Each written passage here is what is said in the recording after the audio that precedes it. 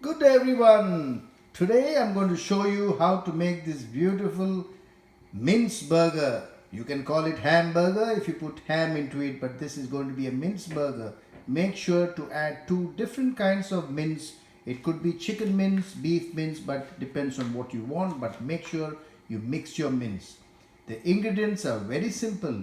It's crushed pepper, crushed fennel, chopped coriander, chopped garlic, salt to taste, an egg to bind everything together, and mix everything together and make these beautiful kind of mince cakes, which should be quite thick enough, around 1 inch and 4 inches in diameter, and store them in the fridge for say around an hour or two. Don't forget to add lemon lime to make it a bit sour, and then you take them and fry them in a pan.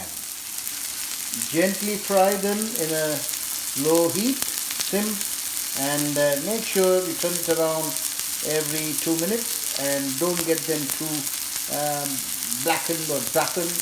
Let them be well cooked or maybe medium rare, depends on how you want it, but make sure it's cooked completely in the inside. Alright, in the meantime you need to prepare your other toppings for your burger. You need the burger, the bread, definitely the bread. You need the beautiful beetroot. Without the beetroot, one of my friends said it's not a burger, so you better add a beetroot. And your tomato sauce, if you want barbecue sauce, your creamy sauce. You need some cheese slices, beautiful cucumber fresh from the garden. You need some lettuce, of course some salt and pepper if required, and keep them ready and wait for your mince to get fried and be ready. So fry it well on both the sides of this beautiful mince cutlet or burger or whatever you want to call it, and make sure they are well cooked. They shouldn't be undercooked. Alright, now there we go. We start with cutting the bread into two parts, then put lettuce, put this beautiful burger in there, and then I'll be putting a beautiful slice of cheese. Okay, so there she goes. Lovely cheese. Put some cucumber. There you go. Not too much.